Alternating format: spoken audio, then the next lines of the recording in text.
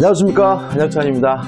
이번 영상은 어제 실시간 강의를 촬영을 했는데 그게 또 소리하고 영상하고 입모양이 맞질 않아 가지고 제가 급하게 아침에 다시 촬영을 하려고 합니다. 이게 조금 설명드리면, 실시간 강의를 하면은 이제 유튜브에 올릴 때 제가 그 유튜브 영상을 편집을 하지는 않아요. 왜 그러냐면은 편집을 해가지고 다시 올리면은 이게 재활용 영상으로 평가돼서, 그러니까는 똑같은 영상을 중복해서 올린, 재활용했다고 판단이 돼가지고 제가 광고 수익 창출이 금지가 되거든요. 그래서 이 실시간 영상을 편집을 해서 올리는 행동을 하지를 못하고 있고요. 그러니까 이게 입모양하고 영상하고 일치되지 않는 게 왜 그런지 저는 이유를 모르겠고, 제가 손댄 건 아니니까. 그 다음에 두 번째는 이 편집을 해가지고 올리게 되면 여러분들이 실시간 강의 때 저하고 채팅했던 내용들이 다 지워져 버리거든요. 그래서 그거를 살릴 방법이 없기 때문에 실제로 제가 실시간 강의는 좀 앞에 부분 자르고 뒤에 부분 자르고, 그 다음에 좀 기니까 30분 단위로 잘라가지고 올리고 싶어도 이 두 가지 이유 때문에 제가 그냥 그대로 업로드하고 있어요. 그러니까 다시 말하면 실시간 영상을 업로드하는 것은 제가 하는 것이 아니라 유튜브에서 자동으로 하는 건데, 이게 입모양하고 또 소리하고 영상하고 맞지 않아가지고 제가 좀 당혹스럽고, 따라서 제가 편집할 방법, 수정할 방법이 없기 때문에 어쩔 수 없이 다시 촬영을 해야 됩니다. 참 솔직히 힘들어요. 아침에 새벽부터 준비해가지고 촬영한다는 게. 아무튼 그래도 잘 다시 찍어야 될 것 같아요. 제가 다시 봤더니, 저도 봤더니 영상을 도저히 볼 수가 없더라고요. 자, 강의를 시작하겠습니다. 자, 먼저 OX 문제를 풀어보도록 하죠. 1번입니다. 갑은 그 소유 부동산을, 그 소유 X 건물의 일부에 관하여 을맹이로 전세권을 설정하였다. 그죠? 자, 일단 을이 갖게 된 것은 뭔가요? 전세권이네. 그죠? 을은 특별한 사정이 없는 한 전세 목조물의 현상을 유지를 위해 지출한 통상의 필요비 상한을 갑에게 청구할 수 없다. O. 맞는 질문이죠. 굉장히 일반적인 질문인데 시험에 잘 나옵니다. 자, 전세권은 물권이고 직접 지배권이기 때문에 스스로 알아서 사용 수익해야 되거든요. 그 말은 고장난 것이 있다면 스스로 고쳐야 되니까 필요비 상한을 전세권 설정자 소유자인 갑에게 청구할 수 없다. 맞는 질문이죠. 2번, 갑은 그 소유 X 건물의 일부에 관하여 을 명의로 전세권을 설정하였다. 갑이 X 건물의 소유권을 병에게 양도한 후에요. 그러면 원래 이 건물의 소유자가 갑이었는데 누구로 바뀌었죠? 병으로 바뀌었네요. 소유권이 소유자가 바뀌었어요. 양도한 후 존속기간이 만료되면 을은 갑에 대하여 전세금 반환을 청구할 수 없다. 맞는 질문입니다. 자, 여기서 좀 생각해 볼 것은, 전세권은 물권이고 절대권이니까 을은 자신의 전세권을 가지고 병에게 대항할 수 있어요. 자, 대항할 수 있다는 의미가 뭐냐면 전세 계약 기간 동안 못 나겠다, 버틸 수 있고 계속해서 사용 수익할 수 있을 뿐만 아니라 전세금에 대해서도 병에게 대항할 수 있으니까 병에게 반환을 청구할 수 있거든요. 근데 병에게도 청구할 수 있고 갑에게도 중복해서 청구할 수 있느냐, 이 문제에 대해서 우리 판례는 갑에게는 더 이상 청구하지 못하고 현재 소유자인 병에게만 전세금 반환을 청구할 수 있다는 것이 우리 판례 입장이기 때문에 갑에 대하여 전세금 반환을 청구할 수 없다. 맞는 질문이 되는 거죠. 3번입니다. 갑은 그 소유 X 건물의 일부에 관하여 을명의 전세권을 설정하였어요. 자, 일부에 대한 전세권에도 좀 조심할 것이 두 가지가 있는데, 첫째, 전세권을 이유로 경매를 신청할 수 있느냐, 이 문제에 대해서 우리 판례는 일부에 대한 전세권자는 목적물 전부에 대해서 경매를 청구할 수 없다는 것이 판례 입장이고요. 다만 어떤 이유로 이 건물에 대해서 경매가 이루어지면 경매 대금에 대해서 우선 변제를 받는 것은 가능하거든요. 그래서 일부 전세권자는 경매를 청구할 수는 없지만 전세금에 대해서는 우선 변제는 받을 수가 있다. 꼭 기억해 두셔야 되고요. 따라서 존속기간 만료 시 을이 전세금을 반환받지 못하더라도 을은 전세권에 기하여 X건물 전체에 대하여 경매를 신청할 수 있다. X가 되고요. 답은 3번은 뭐죠? X가 되네요. 4번 갑은 그 소유 건물 X건물의 일부에 관하여 을명의 전세권을 설정하였다. 을의 전세권이 법정 갱신된 경우 그 존속기간은 1년이다. X입니다. 다시 말하면 법정 갱신이 되면은 존속기간에 약정이 없는 것으로 바뀌죠. 건물이라 하더라도 이겠죠. 따라서 언제든지 자유롭게 소멸 통과할 수 있고요. 유월이 경과하면 전세권은 뭐 하게 되냐면 소멸이 되기 때문에 그 존속기간이 1년이다. X가 되는 거죠. 존속기간에 약정이 없는 전세권으로 바뀝니다. 5번 제3자 병이 건물의 점유를 침탈하였더라도 유치권자인 갑이 점유물 반환증후권 행사하여 점유를 회복하면 갑의 유치권은 되살아난다. 맞는 지문이거든요. 자, 일단 우리가 생각해 볼 것은 유치권은 어떤 이유든지 간에 점유를 상실하게 되면 유치권이 소멸돼요. 따라서 점유를 침탈당하면 유치권을 이유로는 반환을 청구할 수가 없거든요. 근데 이 사람은 점유권도 있기 때문에 점유의 침탈을 이유로 점유권을 이유로 반환을 청구하는 건 가능하고요. 따라서 만약에 점유권을 이유로 반환을 청구했다. 점유물 반환 청구권을 행사하여 점유를 회복했다면 소멸됐던 유치권이 어떻게 해요? 부활하겠죠. 따라서 갑의 유치권은 되살아난다. 맞는 지문이 되겠죠. 6번 갑은 자신이 점유하고 있는 건물에 관하여 을을 상대로 유치권을 주장하고 있다. 갑은 유치권 행사를 위해 자신의 점유가 불법행위로 인한 것이 아님을 증명해야 한다. X가 됩니다. 쉽게 이렇게 이해하면 될 것 같아요. 점유하고 있는 자는 적법한 권리자임을 추정받는다. 따라서 스스로가 자신이 적법한 점유자임을 뭐 할 필요 없어요? 입증할 필요는 없는 거거든요. 따라서 점유가 불법행위가 아님을 증명, 적법한 점유임을 증명해야 한다. X가 되는 거죠. 자, 7번부터 10번입니다. 갑은 X건물을 임차한 을은 X건물의 보존 개량을 하기 위해 갑으로부터 건축자재를 외상으로 공급받아 수리를 완료했다예요. 자, 이거 좀 생각해 보자고요. 자, 지금 임차인인 을은 수리비 채권을 가지게 되고요. 요 병은 건축자재에 대한 매매대금 채권을 갖게 되는 거죠. 우리가 건축자재를 외상으로 공급받았다는 말은 결국은 매매인 거잖아요. 그래서 요 을이 가지고 있는 것은 수리비 채권이니까 목적물의 간해생의 채권이니까 유치권 행사할 수 있겠지만 병이 가지고 있는 채권은 매매대금 채권이고요. 목적물의 간해생의 채권이 아니기 때문에 유치권 행사하지 못한다는 것을 캐치하셔야 되고요. 그 임대차가 종료하였지만 수리비 상환받지 못한 을은 X건물을 점유하고 있다죠. 7번. 을이 병에게 외상대금을 지급하지 않으면 병은, 다시 말하면 병이 받을 이 외상대금 채권은 매매대금 채권이고요. 매매대금 채권에 대해서는 유치권 행사할 수가 없기 때문에 병은 X건물에 대해 유치권 행사할 수 있다. X가 되는 거죠. 최근에 매매대금에 대해서는 유치권이 성립되지 않는다는 지문은 아주 잘 출제하고 있으니까 주의하셔야 됩니다. 8번. 만약 X건물을 갑으로부터 양수한 정이 을에게 X건물의 반환을 청구한 경우 을은 유치권으로 대항할 수 있다. 물론 맞죠. 왜냐하면 유치권은 물권, 절대권이죠. 따라서 세상 모든 사람에게 주장할 수 있는 절대권이니까 정에게 대항할 수가 있는 거죠. 9번 을은 갑의 승낙 없이 X건물을 제3자에게 담보로 제공할 수 없다. 맞는 지문이죠. 다시 말하면 유치권자는 임대인의 채무자입니다. 채무자의 동의가 없는 한 담보로 제공하거나 임대할 수가 없는 거죠. 10번 을은 수리비를 상환받기 위하여 을 X건물을 경매할 수 없다. X죠. 여기서 좀 조심할 것은 을이 가지고 있는 유치권도 담보물권이니까 경매할 수는 있어요. 다만 조심할 것은 우선 변제권이 없다라는 거는 꼭 기억해 두시기 바랍니다.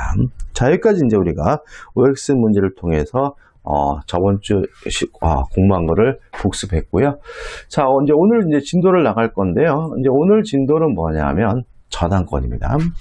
자, 저당권의 개념부터 간단하게 말씀을 드릴게요. 저당권이란 것은 뭐냐면 점유를 이전하지 않고 설정 등기함으로써 우선 변제받을 수 있는 담보물권이 저당권이죠. 일단 저당권은 대표적인 약정담보물권입니다. 따라서 당사자 간의 약정과 설정 등기를 통해서 성립하는 것이 원칙이에요.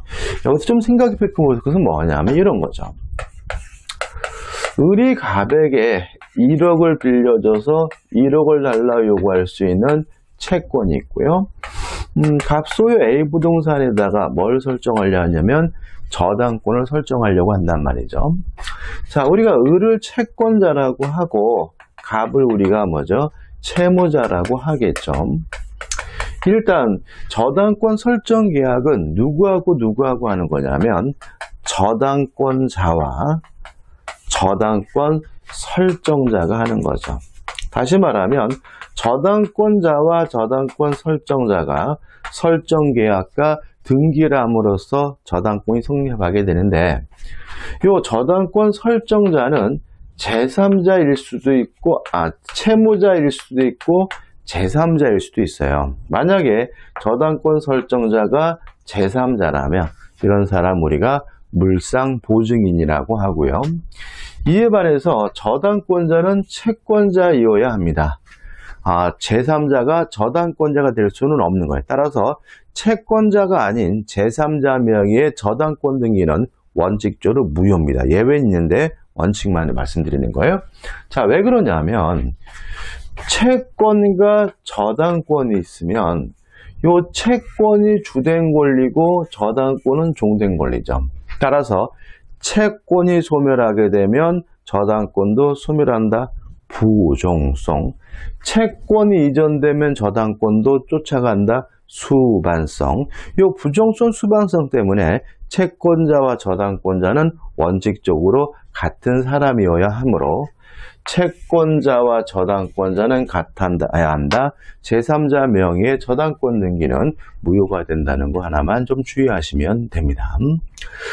자, 그 다음에 또 제가 설명드려야 될 것은 뭐가 있냐면 등기 사항에 대해서는 등기법에서 나올 문제죠. 그 다음에 불법으로 말소가 됐어요. 자, 말로 말씀드리면 자, 우리가 저당권을 취득하기 위해서는 저당권 설정 계약, 약정과 설정 등기를 함으로써 저당권을 뭐 하게 되냐면 취득하게 되거든요. 근데 여기서 좀 생각해 볼 것은 이 등기가 불법으로 말소가 됐어요.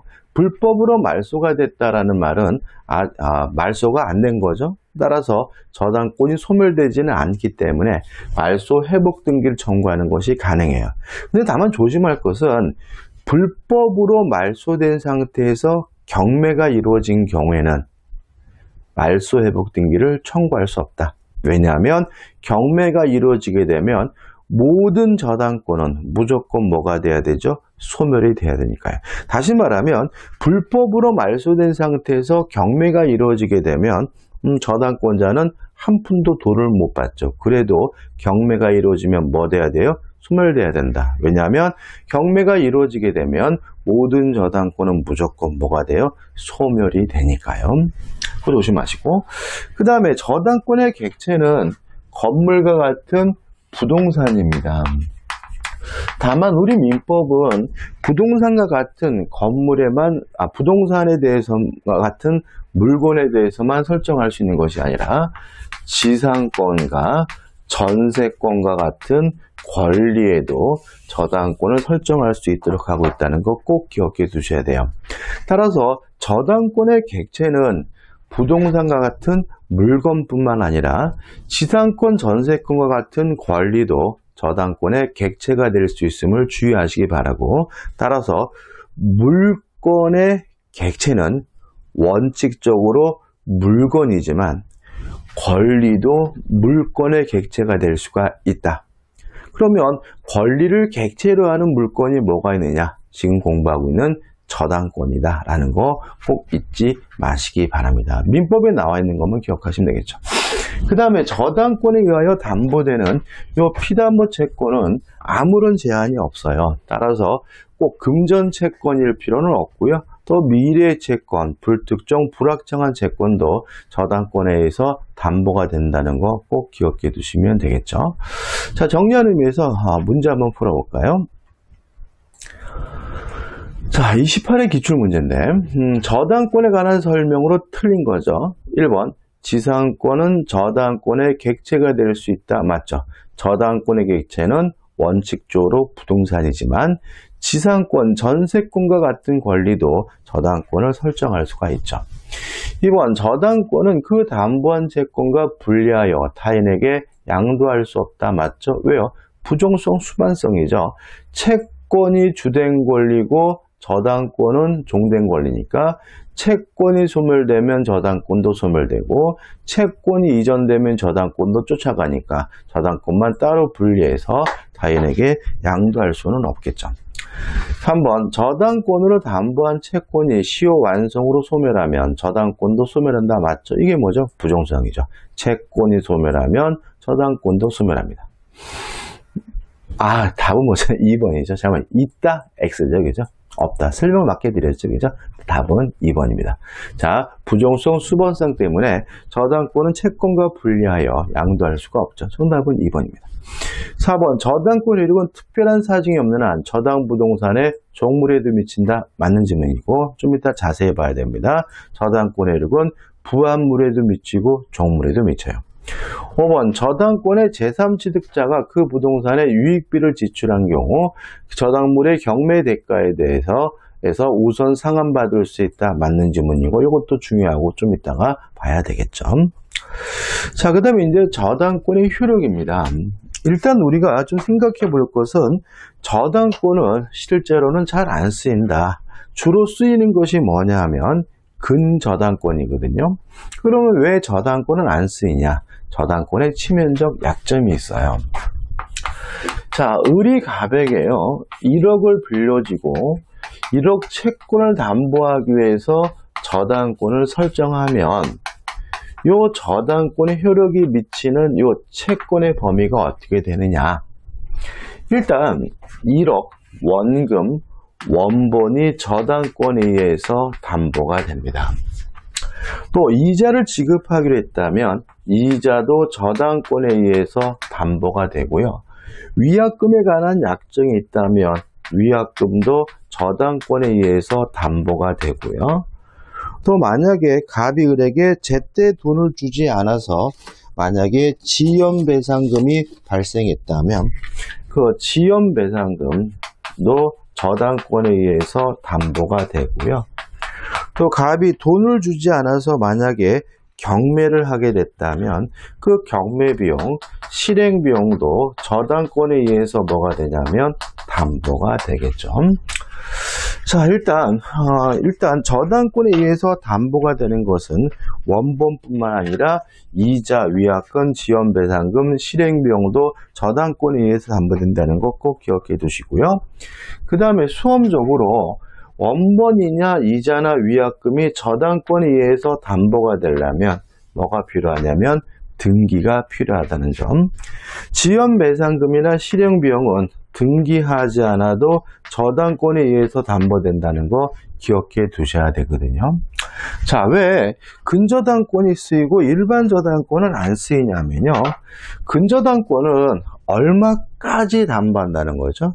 채권 최고액까지 담보한다는 개념이기 때문에 근저당권에 의해서 담보되는 금액이 채권 최고액을 넘지를 못해요.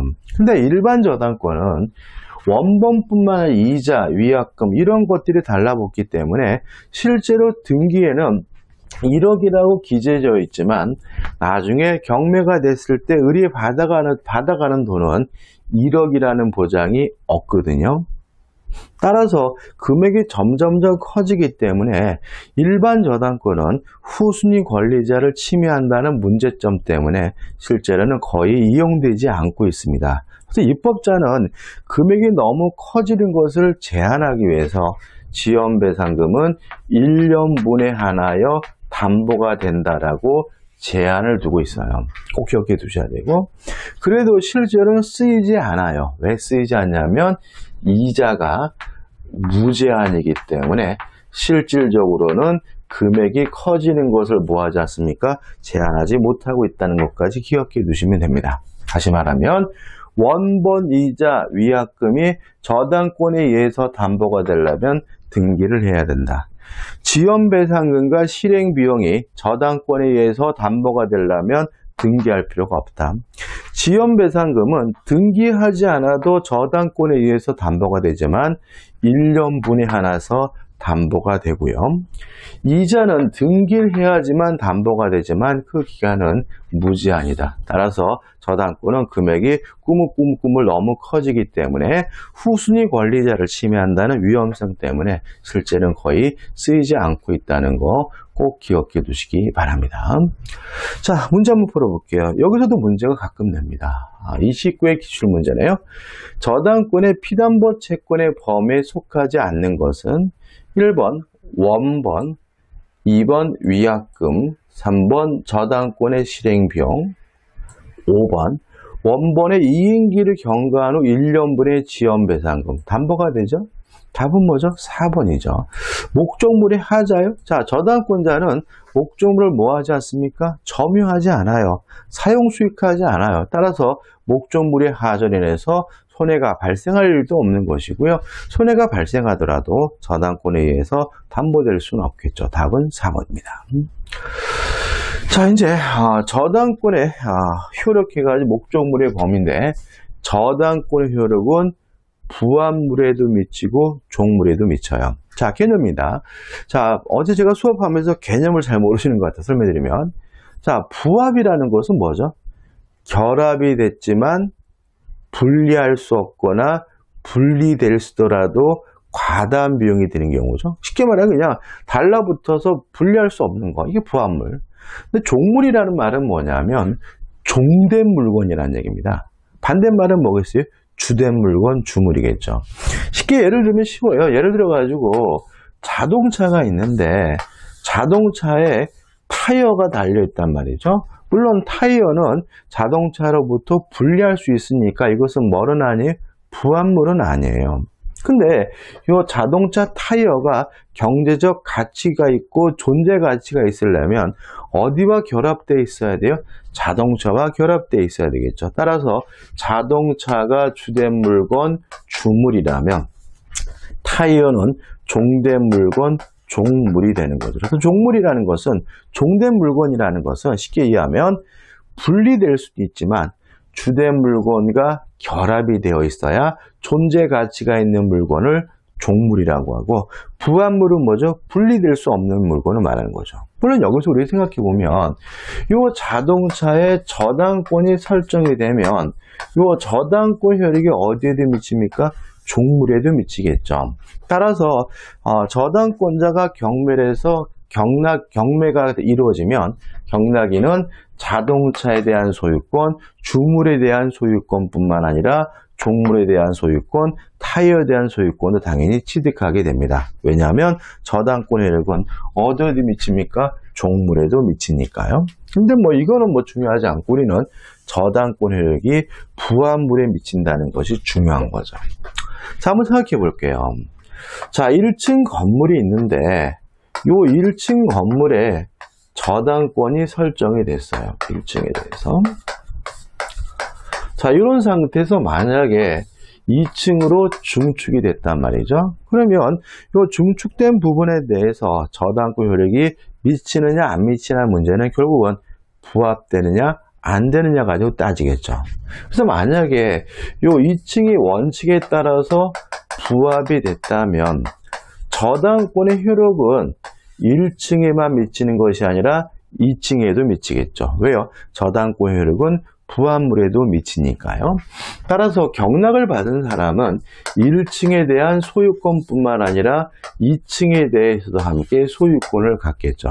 근데 만약에 이 중축된 부분이 만약에 구조상, 이용상 독립성이 있다라는 이유로 부합되지 않았다면 저당권 효력이 2층에는 미치지 않을 테니까 경락을 받은 사람은 1층에 대해서는 소유권을 취득할 수가 있지만 2층에 대해서는 소유권을 취득할 수는 없는 거죠. 여기서 조심할 것은 이 문제는 결국은 부합되느냐 안 되느냐 가지고만 따진다. 부합이 되면 저당권 효력이 미치고요. 부합이 안 되면 저당권 효력이 미치지 않는 거다. 다른 것들은 고려하지 않아요. 따라서 2층으로 지어진 이 부분이 무효가든 미등기든 그런 것들은 뭐 하지 않냐면 고려하지 않고요. 또 다시 말하면 무효가든 미등기든 부합됐다면 저당권 효력이 미치는 것이고 또 요 2층 부분이 저당권 설정 전에 증축됐는지 후에 증축됐는지도 뭐 하잖아요? 고려하지 않아요. 특히 시험에 나오는 것은 요 경매 과정에서 2층 부분이 경매 목적물로 그 가치가 평가됐는지 안 됐는지도 고려하지 않고요. 부합이 됐다면 저당권 효력이 당연히 뭐 하게 되는 거죠? 미치게 되는 거죠. 이해되시죠? 끝입니다. 이렇게 간단하게 기억하시면 돼요. 부합됐는지 마지만 가지고 따지게 된다. 그 다음에 두 번째, 여기서 좀 하나만 좀 추가할 것은 뭐냐면, 제가 빼먹을 뻔했네요. 자, 이 저당권 효력이 부합물에도 미치고 종물에도 미친다는 이 규정은 종된 권리에도 마찬가지로 적용된다는 것이 우리 판례 입장입니다. 따라서 땅이 갑의 것이고 건물이 을의 것이에요. 그럼 을은 남의 땅 위에 건물을 소유하고 있으니까 토지 사용권이 있겠죠. 그것이 지상권일 수도 있고 임차권일 수도 있는데 만약에 이런 상태에서 이 건물에다만 저당권이 설정이 되면 이 건물에 관한 저당권 효력은 지상권에도 미치고 임차권에도 미친다.